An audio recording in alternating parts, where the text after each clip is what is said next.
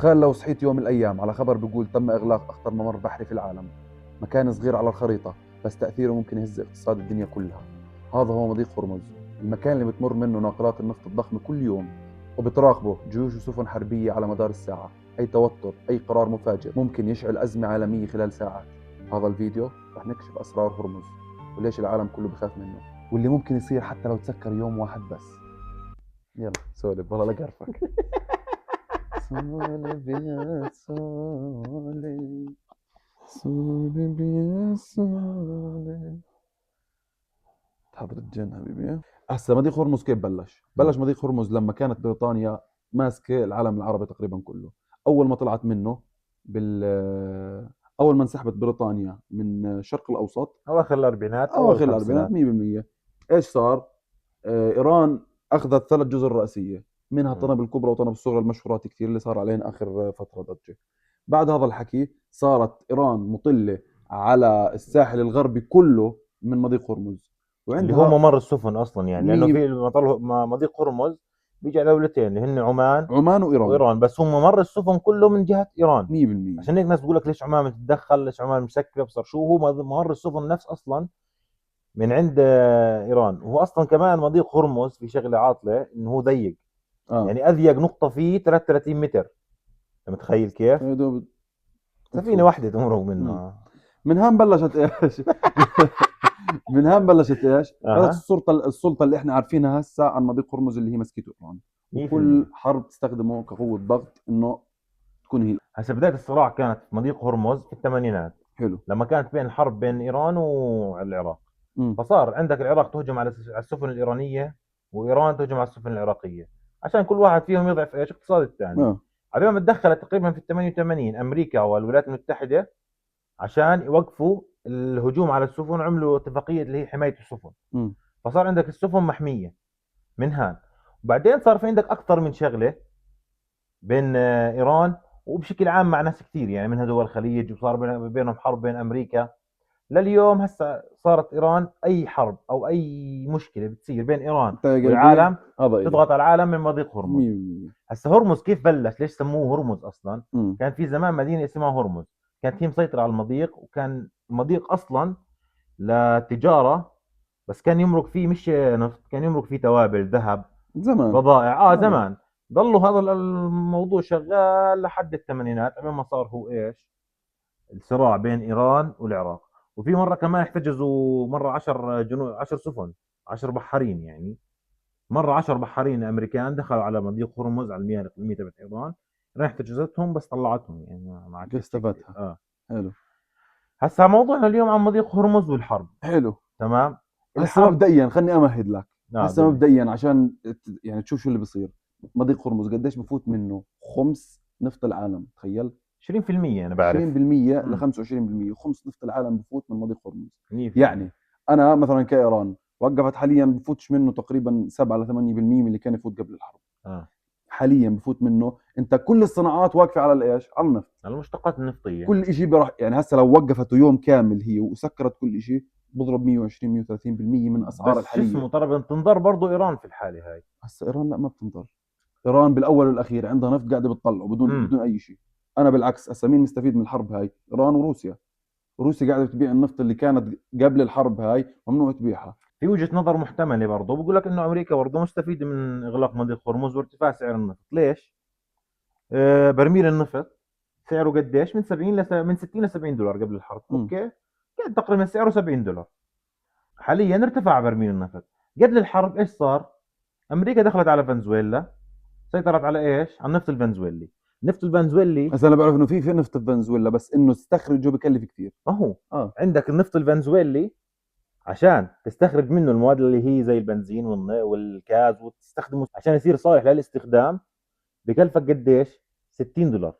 يعني فانت قاعد هاي حقه. صفت ايش؟ هاي قد حقه.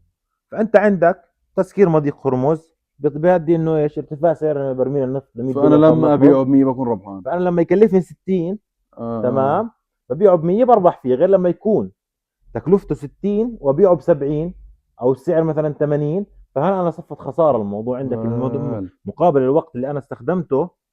يعني هاي النظريه بتثبت انه امريكا هي اللي بدها تطلع تفوت في الحرب. يعني ممكن هذا الحكي، هاي وجهة نظر محتملة برضو، انه امريكا دخلت في الحرب عشان مثلا يصير احداث زي هيك ويعلوا سعر النفط ويستفيدوا من نفط فنزويلا. هسه السؤال المهم، متى راح تخلص الحرب؟ طب هسه السؤال الاهم من متى رح تخلص الحرب، الحرب كيف بلشت؟ تمام. الحرب من متى بلشت؟ هسه الحرب، هسه زي ما تحكي، هسه في عندك راسين في الشرق الاوسط، اسرائيل وايران. مم. هسه اسرائيل مصلحتها انها تنهي ايران عشان يصير في راس واحد لايش؟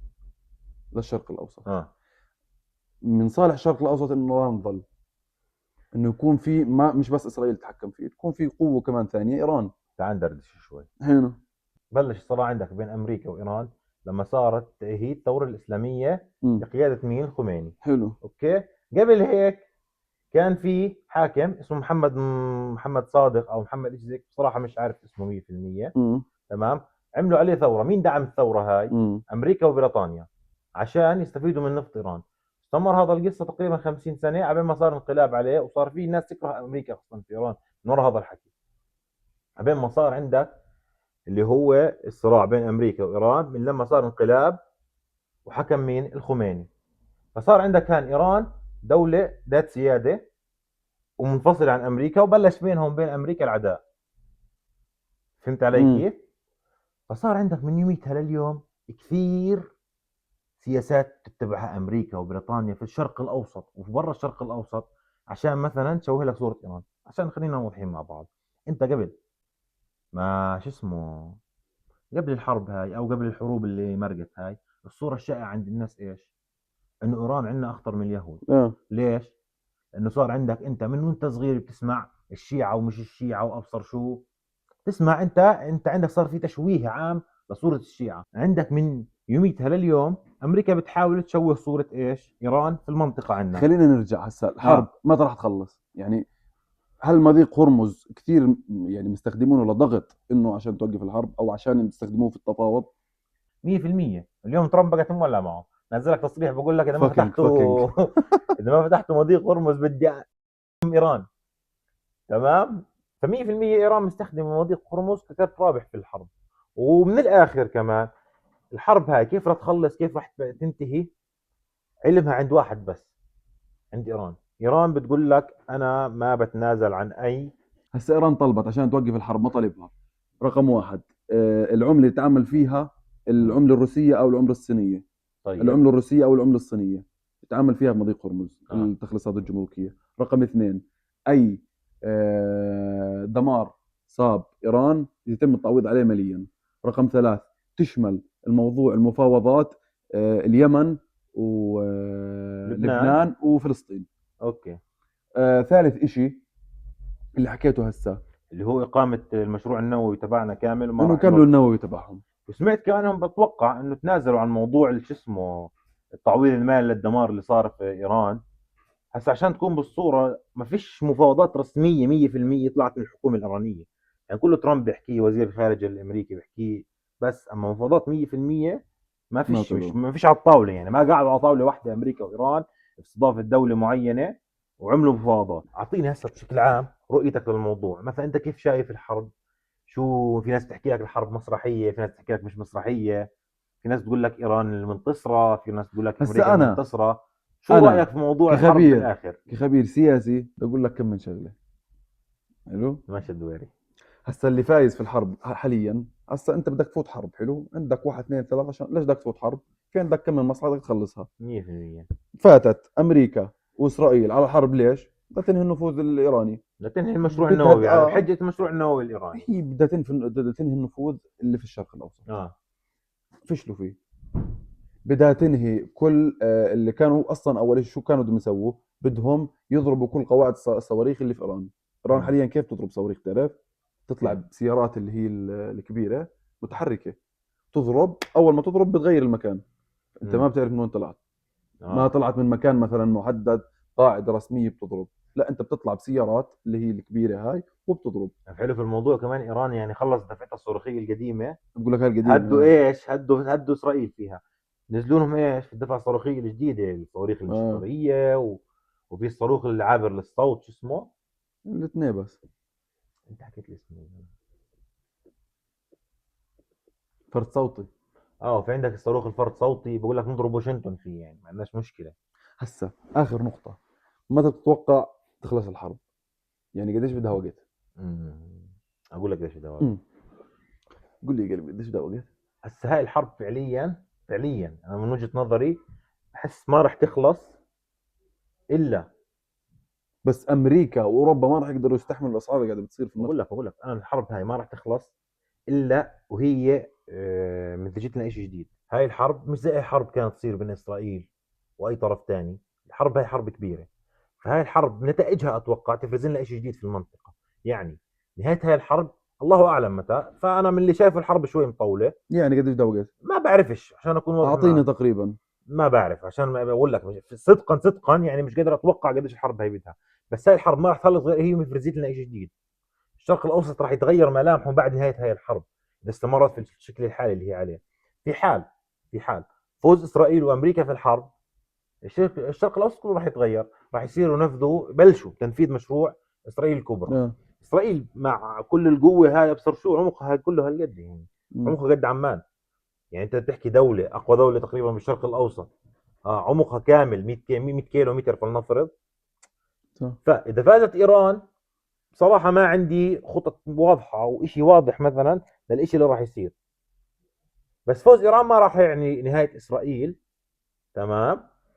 وانا شايف صراحه كمان اسرائيل ما راح تفوز في الحرب هاي. فيا بنهايه الحرب اذا فازت ايران او ايران كانت الطرف الاقوى اتوقع يعني راح تفرض شروط سياده. غير هيك مثلا حلفائها في المنطقه راح يرتاحوا شوي. حزب الله، اليمن، الحوثيين، كل هاي الحلفاء اللي إلها راح ترتاح شوي. بس اذا صار هدنه بين الطرفين 100% ايران راح تروح بعديها. مليون في المية اذا صار في هدنه ايران بعديها سلم عليها خلص. انه عبر التاريخ اي حدا بيعمل هدنه مع امريكا واسرائيل بيكونوا الحدا اللي عامل هدنه. بس هذا الحكي مش من ايران ما عملتش حروب في المنطقه كثير يعني. بعد الهدنه تلاقي اسرائيل كانت عامله خطط مباشره انها كيف يعني جربت الحرب معك، تعال امم نعمل هدنه، درست الموضوع، واحد اثنين ثلاث اربعه انهيتها. اوكي. بس ما اتوقع انه ايران بالسذاجه هاي، يعني ايران بينت لنا قوه عظمى في الحرب الماضيه. يعني اللي فهمناه احنا منك انه نهايه الحرب مش واضحه وما راح تبين متى، ونهايه الحرب حسب كيف راح تخلص الحرب راح تفرز لنا شيء جديد. مين كان راح يكون اقوى، ايران او اسرائيل؟ 100%. وان شاء الله. ان شاء الله روسيا بتتدخل والصين بتتدخل ونروح كلنا. وبطيروا الدنيا.